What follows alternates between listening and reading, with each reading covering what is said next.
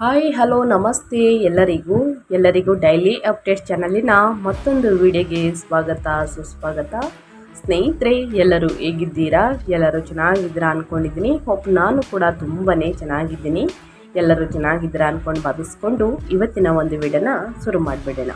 ಇವತ್ತಿನ ಒಂದು ವಿಡಿಯೋದಲ್ಲಿ ಸಿಂಹ ರಾಶಿಯವರಿಗೆ ಸ್ನೇಹಿತರೆ, ಏಪ್ರಿಲ್ ತಿಂಗಳಲ್ಲಿ ಸಾಕಷ್ಟು ಬದಲಾವಣೆಯನ್ನು ನೋಡಲಿದ್ದೀರಿ. ಯಾಕಂದರೆ ಅಕ್ಷಯ ಅಮಾವಾಸ್ಯೆಯ ದಿನದಿಂದ ಸಾಕಷ್ಟು ಬದಲಾವಣೆ ಅಂತಲೇ ಹೇಳ್ಬೋದು ಸಿಂಹ ರಾಶಿಯವರಿಗೆ. ಅದು ನಿಮ್ಮ ವ್ಯಾಪಾರದಲ್ಲಿ, ವ್ಯವಹಾರದಲ್ಲಿ, ಹಣಕಾಸಿನಲ್ಲಿ, ವೃತ್ತಿ ಜೀವನದಲ್ಲಿ, ನಿಮ್ಮ ಉದ್ಯೋಗದಲ್ಲಿ ಏನೆಲ್ಲ ಬದಲಾವಣೆಯನ್ನು ಗ್ರಹಗಳು ಸೂಚಿಸಲಿದೆ, ಯಾವುದರ ಬಗ್ಗೆ ಮುಂದಿನ ದಿನಗಳಲ್ಲಿ ಎಚ್ಚರಿಕೆ ವಹಿಸಬೇಕು ಅನ್ನೋದನ್ನ ಇದೇ ವಿಡಿಯೋದಲ್ಲಿ ತಿಳಿಸ್ಕೊಡ್ತಾ ಹೋಗ್ತೀನಿ. ಇದನ್ನೆಲ್ಲ ಕಂಪ್ಲೀಟಾಗಿ ತಿಳ್ಕೋಬೇಕು, ಸಣ್ಣ ಪುಟ್ಟ ಪರಿಹಾರಗಳನ್ನೆಲ್ಲ ಫಾಲೋಅಪ್ ಮಾಡಬೇಕು ಅಂದರೆ ಎಲ್ಲೂ ಕೂಡ ವಿಡಿಯೋನ ಸ್ಕಿಪ್ ಮಾಡಬಾರ್ದು. ಅಂದರೆ ವಿಡಿಯೋನ ಕಟ್ ಮಾಡಿ ಓಡಿಸ್ಕೊಂಡು ಹೋಗಿ ನೋಡ್ತೀನಿ ಅಂದರೆ ಫುಲ್ ಇನ್ಫಾರ್ಮೇಷನ್ ಅರ್ಥ ಆಗಲ್ಲ. ಸೊ ಹಾಗಾಗಿ ಎಲ್ಲ ವಿಡಿಯೋದಲ್ಲೂ ತಿಳಿಸ್ತಾ ಇರ್ತೀನಿ. ಮೊದಲಿಂದ ಕೊನೆ ತನಕ ವಿಡಿಯೋನ ವಾಚ್ ಮಾಡಿ. ವಿಡಿಯೋದಲ್ಲಿ ಒಳ್ಳೆಯ ಮಾಹಿತಿ ಸಿಕ್ಕಿದ್ದಲ್ಲಿ ತಪ್ಪದೆ ವಿಡಿಯೋಗೊಂದು ಲೈಕ್ ಕೊಟ್ಟು, ಇನ್ನೂ ನನ್ನ ಚಾನಲ್ನ ಸಬ್ಸ್ಕ್ರೈಬ್ ಮಾಡ್ಕೊಂಡಿಲ್ಲ ಅಂದರೆ ಡೈಲಿ ಅಪ್ಡೇಟ್ಸ್ಗೆ ಸಬ್ಸ್ಕ್ರೈಬ್ ಆಗಿ ನಿಮ್ಮ ಅಭಿಪ್ರಾಯಗಳನ್ನು ಕಮೆಂಟ್ ಬಾಕ್ಸಲ್ಲಿ ತಿಳಿಸಬಹುದು. ಯಾರೆಲ್ಲ ಸಬ್ಸ್ಕ್ರೈಬ್ ಮಾಡಿಕೊಂಡು ಪ್ರತಿನಿತ್ಯ ವಿಡಿಯೋ ವಾಚ್ ಮಾಡ್ತಿದ್ದೀರಾ ಅಂಥವರಿಗೆ ಥ್ಯಾಂಕ್ ಯು ಸೋ ಮಚ್ ಅಂತ ಹೇಳ್ತಾ ವಿಡಿಯೋದ ಕಡೆ ಗಮನ ಕೊಟ್ಬಿಡೋಣ. ಹೌದು ಸ್ನೇಹಿತರೆ, ನಿಮ್ಮ ವ್ಯಾಪಾರದಲ್ಲಿ ಅಂದರೆ ಸಿಂಹ ರಾಶಿಯವರಿಗೆ ಏಪ್ರಿಲ್ 17ರಿಂದ ವ್ಯಾಪಾರ ಮಾಲೀಕರಿಗೆ ಸ್ನೇಹಿತರೆ ತಿಂಗಳ ಮೊದಲ ಭಾಗದಲ್ಲಿ ತೀವ್ರ ಎಚ್ಚರಿಕೆ ವಹಿಸಬೇಕಾಗಿತ್ತು. 7ನೇ ಮನೆಯಲ್ಲಿ ವ್ಯಾಪಾರದ ಮನೆ ರಾಹು ಮತ್ತು 7ನೇ ಅಧಿಪತಿಯಾದಂತಹ ಶನಿಯು 8ನೇ ಮನೆಯಲ್ಲಿ ಪಾಪದ ಗ್ರಹಗಳ ಮಂಗಳನೊಂದಿಗೆ ಸೇರುವುದರಿಂದ ವ್ಯಾಪಾರ ಪಾಲುದಾರರೊಂದಿಗೆ ಆಳವಾದ ಭಿನ್ನಾಭಿಪ್ರಾಯಗಳು ಅಥವಾ ವಂಚನೆಗೆ ಬಲಿಯಾಗುವಂತಹ ತೀವ್ರ ಅಪಾಯವಿದೆ. ದಾಖಲೆಗಳನ್ನು ಸೂಕ್ಷ್ಮವಾಗಿ ಓದದೆ ಯಾವುದೇ ಒಪ್ಪಂದಗಳಿಗೆ ಸಹಿ ಹಾಕಬೇಡಿ. ಇನ್ನು ಏಪ್ರಿಲ್ 19ರ ನಂತರ ನಿಮ್ಮ 10ನೇ ಧನಾಧಿಪತಿಯಾದಂತಹ ಶುಕ್ರನು ತನ್ನ ಸ್ವಂತ ರಾಶಿಯಲ್ಲಿ ಸಂಚರಿಸುವುದು ನಿಮ್ಮ ವ್ಯಾಪಾರಕ್ಕೆ ಭಾರಿ ವೇಗವನ್ನು ನೀಡುತ್ತದೆ. ವಿಶೇಷವಾಗಿ ಫ್ಯಾಷನ್, ಮಾಧ್ಯಮ, ಸೌಂದರ್ಯವರ್ಧಕಗಳು ಅಥವಾ ಆಟೋಮೊಬೈಲ್ ವಲಯಗಳಲ್ಲಿ ವ್ಯವಹರಿಸುವವರಿಗೆ ಈ ಅವಧಿಯು ಲಾಭದ ಸಮೃದ್ಧ ಫಸಲನ್ನು ನೀಡುತ್ತದೆ. ನಿಮ್ಮ ಗ್ರಾಹಕರು ನೆಲೆ ವಿಸ್ತರಿಸುತ್ತದೆ ಮತ್ತು ನಿಮ್ಮ ಬ್ರ್ಯಾಂಡ್ ಮೌಲ್ಯವು ಗಗನಕ್ಕೇರುತ್ತದೆ. ಈ ಹಂತದಲ್ಲಿ ನೀವು ಹೊಸ ಯೋಜನೆಗಳು ಮತ್ತು ತಂತ್ರಗಳನ್ನು ವಿಶ್ವಾಸದಿಂದ ಕಾರ್ಯಗತಗೊಳಿಸಬಹುದು ಸ್ನೇಹಿತರೆ. ಸೊ ಹಾಗಾಗಿ ವ್ಯಾಪಾರ ವ್ಯವಹಾರದಲ್ಲಿ ಪಾಲುದಾರಿಕೆಯಲ್ಲಿ ಸಿಂಹ ರಾಶಿಯವರು ಏನೆಲ್ಲ ಬದಲಾವಣೆಯನ್ನು ಗ್ರಹಗಳು ಸೂಚಿಸಲಿದೆ, ಯಾವುದರ ಬಗ್ಗೆ ಮುನ್ನೆಚ್ಚರಿಕೆಗಳನ್ನು ತೆಗೆದುಕೊಳ್ಬೇಕು ಅನ್ನೋದನ್ನ ಕಂಪ್ಲೀಟಾಗಿ ತಿಳಿಸ್ಕೊಟ್ಟಿದ್ದೀನಿ. ಇನ್ನು ಹಣಕಾಸಿನ ಬಗ್ಗೆ ಹೇಳೋದಾದರೆ ಏನೆಲ್ಲ ಬದಲಾವಣೆಯನ್ನು ಗ್ರಹಗಳು ಸೂಚಿಸಲಿದೆ, ಯಾವುದರ ಬಗ್ಗೆ ಎಚ್ಚರಿಕೆ ವಹಿಸಬೇಕು ಅನ್ನೋದನ್ನ ನೋಡ್ತಾ ಹೋಗಿ.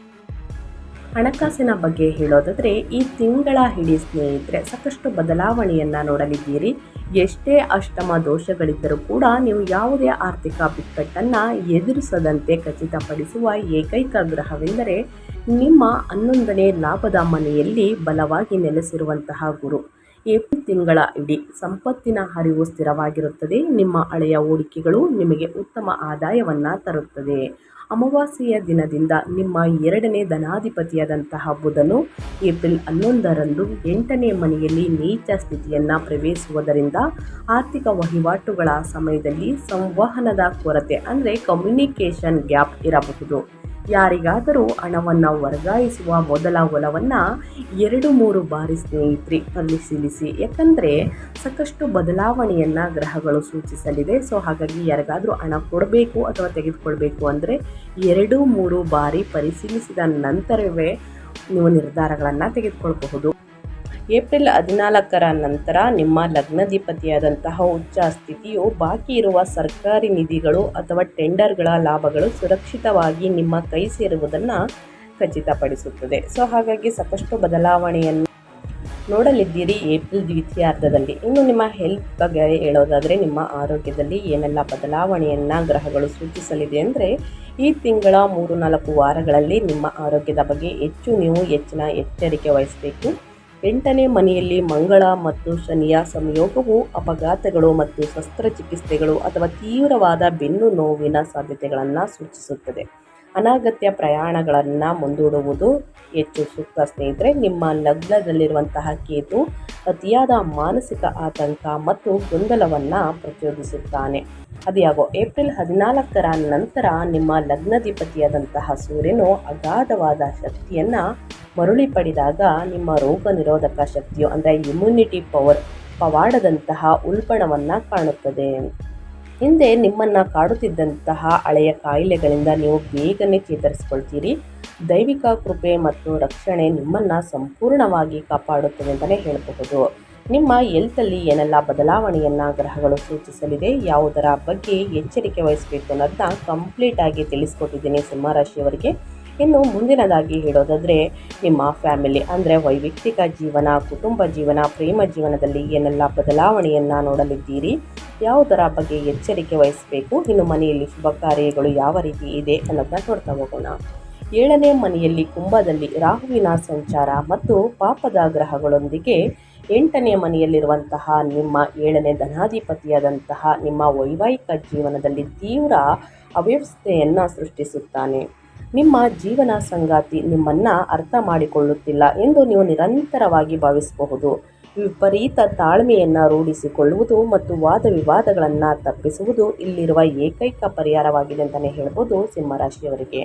ಅದೇ ರೀತಿ 9ನೇ ಧನಾಧಿಪತಿಯಾದಂತಹ ತಂದೆಯ ಕಾರಕ ಮಂಗಳನು 8ನೇ ಮನೆಯಲ್ಲಿ ಇರುವುದರಿಂದ ತಿಂಗಳ ದ್ವಿತೀಯಾರ್ಧದಲ್ಲಿ ನಿಮ್ಮ ತಂದೆಯ ಆರೋಗ್ಯ ಅಥವಾ ಅವರೊಂದಿಗಿನ ನಿಮ್ಮ ಸಂಬಂಧವು ಒತ್ತಡದಲ್ಲಿರುತ್ತದೆ. ಏಪ್ರಿಲ್ 19ರ ನಂತರ ತಂದೆಯ ನೈಸರ್ಗಿಕ ಕಾರಕನಾದಂತಹ ಸೂರ್ಯನು ಉಚ್ಚ ಸ್ಥಿತಿಯನ್ನು ತಲುಪಿದಾಗ ಈ ಪರಿಸ್ಥಿತಿಗಳು ಹೆಚ್ಚು ಸುಧಾರಿಸುತ್ತವೆ ಅಂತಲೇ ಹೇಳ್ಬೋದು ಸ್ನೇಹಿತರೆ. ಇನ್ನು 5ನೇ ಮನೆಗೆ ಗುರುವಿನ ದೃಷ್ಟಿಯು ನಿಮ್ಮ ಮಕ್ಕಳಿಂದ ಒಳ್ಳೆಯ ಸುದ್ದಿಗಳನ್ನು ಕೇಳಬಹುದು, ಅಂದರೆ ಶಾಲೆ ಫಲಿತಾಂಶಗಳನ್ನು ಕೇಳುವುದನ್ನು ಖಚಿತಪಡಿಸುತ್ತದೆ. ಇನ್ನು ಶಿಕ್ಷಣದ ಬಗ್ಗೆ ಹೇಳೋದಾದರೆ ಸಿಂಹರಾಶಿಯವರಿಗೆ ನಿಮ್ಮ 5ನೇ ಅಧಿಪತಿಯಾದಂತಹ ಗುರುವು ಲಾಭದ ಮನೆಯಲ್ಲಿ ಇದ್ದು 5ನೇ ಮನೆಯ ಮೇಲೆ ದೃಷ್ಟಿ ಬೀರುತ್ತಿರುವುದರಿಂದ ವಿದ್ಯಾರ್ಥಿಗಳು ಅಸಾಧಾರಣ ಗ್ರಹಣ ಶಕ್ತಿಯನ್ನು ಅಂದರೆ ಗ್ರಾಸ್ಪಿಂಗ್ ಪವರನ್ನು ಪ್ರದರ್ಶಿಸುತ್ತಾರೆ. ಆದಾಗ್ಯೂ 4ನೇ ಅಧಿಪತಿಯಾದಂತಹ ಮಂಗಳನು 8ನೇ ಮನೆಯಲ್ಲಿ ಇರುವುದರಿಂದ ಪ್ರಾಥಮಿಕ ಶಿಕ್ಷಣದಲ್ಲಿ ಕೆಲವು ತಾತ್ಕಾಲಿಕ ಅಡೆತಡೆಗಳು ಉಂಟಾಗಬಹುದು. ಏಪ್ರಿಲ್ 14ರ ನಂತರ 9ನೇ ಮನೆಯಲ್ಲಿ ಸೂರ್ಯನು ಉಚ್ಚನಾಗುವುದು ಉನ್ನತ ಶಿಕ್ಷಣವನ್ನು ಅಂದರೆ ಹೈಯರ್ ಎಜುಕೇಷನನ್ನು ಅನುಸರಿಸುವವರಿಗೆ, ವಿಶೇಷವಾಗಿ ತಮ್ಮ ಅಧ್ಯಯನಕ್ಕಾಗಿ ವಿದೇಶಕ್ಕೆ ಪ್ರಯಾಣಿಸಲು ಬಯಸುವಂತಹ ವಿದ್ಯಾರ್ಥಿಗಳಿಗೆ ಅದ್ಭುತ ಯಶಸ್ಸನ್ನು ತರುತ್ತದೆ. ಸ್ನೇಹಿತರೆ, ಭಯ, ಆತಂಕ, ತೊಂದರೆ ಏನಾದರೂ ನಿಮ್ಮನ್ನು ಕಾಡ್ತಾ ಇದ್ದರೆ ಒಂದು ವೇಳಾಪಟ್ಟಿಯನ್ನು ರಚಿಸಿ ಸರಿಯಾದ ಸಮಯಕ್ಕೆ ಕೂತು ಅಧ್ಯಯನವನ್ನು ಮಾಡಿದಲ್ಲಿ ಉನ್ನತ ಫಲಿತಾಂಶವನ್ನು ಗಳಿಸುವುದಕ್ಕೆ ಸಾಧ್ಯವಾಗಲಿದೆ. ಪ್ರತಿದಿನ ಹನುಮಾನ್ ಚಾಲಿಸವನ್ನು ಓದಿ ಯಾವುದೇ ಭಯ, ಆತಂಕ, ತೊಂದರೆ ಇದ್ದರೆ ಅವೆಲ್ಲವೂ ಕೂಡ ಸಂಪೂರ್ಣವಾಗಿ ನಿವಾರಣೆಯಾಗಲಿದೆ ಅಂತಲೇ ಹೇಳ್ಬೋದು. ಜೊತೆಗೆ ಈ ತಿಂಗಳಲ್ಲಿ ಅನುಸರಿಸಬೇಕಾದ ಜ್ಯೋತಿಷ್ಯದ ಪರಿಹಾರಗಳನ್ನು ತಿಳಿಸ್ಕೊಡ್ತೀನಿ. ಈ ಪರಿಹಾರಗಳನ್ನು ನೀವು ಅನುಸರಿಸಿದ್ದಲ್ಲಿ ಕಷ್ಟಗಳು, ಸಮಸ್ಯೆಗಳು, ಅಡಚಣೆಗಳು, ಏನೇ ತೊಂದರೆಗಳು ಇದ್ದರೂ ಕೂಡ ಸಂಪೂರ್ಣವಾಗಿ ನಿವಾರಣೆಯಾಗಲಿದೆ ಅಂತಲೇ ಹೇಳಬಹುದು. ನನ್ನ ಚಾನಲ್ನಲ್ಲಿ ಬರುವಂತಹ ಈ ಸಣ್ಣ ಪುಟ್ಟ ಪರಿಹಾರದಿಂದಲೇ ದೊಡ್ಡ ಸಮಸ್ಯೆಗಳು ಕೂಡ ನಿವಾರಣೆಯಾಗಲಿದೆ. 8ನೇ ಮನೆಯಲ್ಲಿನ ಅಪಾಯಕಾರಿ ಮಂಗಳ ಶನಿ ದೋಷವನ್ನು ರದ್ದುಗೊಳಿಸಲು ಮತ್ತು ಉಚ್ಚ ಸೂರ್ಯನ ರಾಜವೈಭವದ ಕೃಪೆಯನ್ನು ಆಕರ್ಷಿಸಲು ಈ ಪರಿಹಾರಗಳನ್ನು ಶ್ರದ್ಧೆಯಿಂದ ಅಭ್ಯಾಸವನ್ನು ಮಾಡಬೇಕಾಗುತ್ತದೆ. ಮೊದಲನೇದಾಗಿ ಹನುಮಂತನ ಆರಾಧನೆ. 8ನೇ ಮನೆಯಲ್ಲಿ ಮಂಗಳ ಮತ್ತು ಶನಿಯಿಂದ ಉಂಟಾಗುವ ಅಪಘಾತಗಳು ಮತ್ತು ಹಠಾತ್ ಅಪಾಯಗಳನ್ನು ತಡೆಗಟ್ಟಲು ಪ್ರತಿ ಮಂಗಳವಾರ ಮತ್ತು ಶನಿವಾರ ಹನುಮಾನ್ ಚಾಲಿಸವನ್ನು ಪಠಿಸಿ ಅಥವಾ ಸುಂದರ ಕಾಂಡವನ್ನು ಓದಿ ಸ್ನೇಹಿತರೆ. ಎಷ್ಟೇ ಕಷ್ಟಗಳಿದ್ರೂ ಕೂಡ ಸಂಪೂರ್ಣವಾಗಿ ನಿವಾರಣೆಯಾಗಲಿದೆ. ಇನ್ನು 2ನೇದಾಗಿ ಸೂರ್ಯ ನಮಸ್ಕಾರ. ನಿಮ್ಮ ಲಗ್ನಾಧಿಪತಿಯಾದಂತಹ ಸೂರ್ಯನ ಬಲವನ್ನು ದ್ವಿಗುಣಗೊಳಿಸಲು ಏಪ್ರಿಲ್ 14ರ ನಂತರ ಅಥವಾ ಅಮಾವಾಸ್ಯೆಯ ದಿನ ಪ್ರತಿದಿನ ಬೆಳಿಗ್ಗೆ ಆದಿತ್ಯ ಹೃದಯ ಸ್ತೋತ್ರವನ್ನು ಪಠಿಸುತ್ತಾ ಸೂರ್ಯ ನಮಸ್ಕಾರವನ್ನು ಮಾಡಲು ಪ್ರಾರಂಭಿಸಿ. ಅಭ್ಯಾಸವು ನಿಮ್ಮ ಜೀವನವನ್ನು ಬದಲಾಯಿಸುತ್ತದೆ ಅಂತಲೇ ಹೇಳಬಹುದು. ಇನ್ನು ಸುಬ್ರಹ್ಮಣ್ಯ ಸ್ವಾಮಿಯ ಆರಾಧನೆ. ಕುಜ ಅಂದರೆ ಮಂಗಳ ದೋಷವನ್ನು ಸಮನ ಮಾಡಲು ಮಂಗಳವಾರದಂದು ಸುಬ್ರಹ್ಮಣ್ಯ ಸ್ವಾಮಿಯನ್ನು ಪ್ರಾರ್ಥಿಸಿ ದೇವಸ್ಥಾನಕ್ಕೆ ಭೇಟಿ ನೀಡಿ ಕೆಂಪು ಹೂಗಳನ್ನು ಬಳಸಿ ಪೂಜೆಯನ್ನು ಸಲ್ಲಿಸಿ ಸ್ನೇಹಿತರೆ. ನಿಮ್ಮ ಜೀವನದಲ್ಲಿರುವಂತಹ ಕಷ್ಟಗಳು, ಸಮಸ್ಯೆಗಳು ಕ್ರಮೇಣವಾಗಿ ಕಡಿಮೆಯಾಗಲಿದೆ. ಇನ್ನು ದಾನ ಧರ್ಮ. ಶನಿವಾರ ಮತ್ತು ಮಂಗಳವಾರ ಸ್ನೇಹಿತರೆ ಶನಿ ಮಂಗಳನ ಪ್ರಭಾವವನ್ನು ಹೆಚ್ಚಿಸಲು ಸ್ನೇಹಿತರೆ ಪ್ರಭಾವವನ್ನು ಕಡಿಮೆ ಮಾಡಲು ಅದರಿಂದ ಆಶೀರ್ವಾದವನ್ನು ಪಡೆಯಲು ಬಡವರಿಗೆ, ನಿರ್ಗತಿಕರಿಗೆ ನಿಮ್ಮ ಕೈಯಲ್ಲಾದಷ್ಟು ಹಣ ಸಹಾಯವನ್ನು ಮಾಡಿ ಅನ್ನದಾನ ಮಾಡಿ ಒಳಿತಾಗಲಿದೆ. ಈ ಸಣ್ಣ ಪುಟ್ಟ ಪರಿಹಾರವನ್ನು ಸಿಂಹರಾಶಿಯವರು ಮಾಡಿ ಅಂತ ಹೇಳ್ತಾ ನನ್ನ ವೀಡಿಯೋನ ಎಂಡ್ ಮಾಡ್ತಾ ಇದ್ದೀನಿ. ದಯವಿಟ್ಟು ಇವತ್ತಿನ ಒಂದು ವಿಡಿಯೋದಲ್ಲಿ ಸಂಪೂರ್ಣ ಮಾಹಿತಿ ಸಿಕ್ಕಿದ್ದಲ್ಲಿ, ಈ ವಿಡಿಯೋ ಯೂಸ್ಫುಲ್ ಅನಿಸಿದ್ದಲ್ಲಿ ವಿಡಿಯೋಗೆ ಲೈಕ್ ಮಾಡೋದನ್ನ ಮರ್ತಿದ್ರೆ ದಯವಿಟ್ಟು ಲೈಕ್ ಮಾಡಿ. ಇನ್ನು ನನ್ನ ಚಾನಲ್ನ ಸಬ್ಸ್ಕ್ರೈಬ್ ಮಾಡ್ಕೊಳ್ದೇ ನೋಡ್ತಿದ್ರೆ ಡೈಲಿ ಅಪ್ಡೇಟ್ಸ್ಗೆ ಸಬ್ಸ್ಕ್ರೈಬ್ ಆಗಿ ನಿಮ್ಮ ಅಭಿಪ್ರಾಯಗಳನ್ನು ಕಮೆಂಟ್ ಬಾಕ್ಸಲ್ಲಿ ತಿಳಿಸಬಹುದು.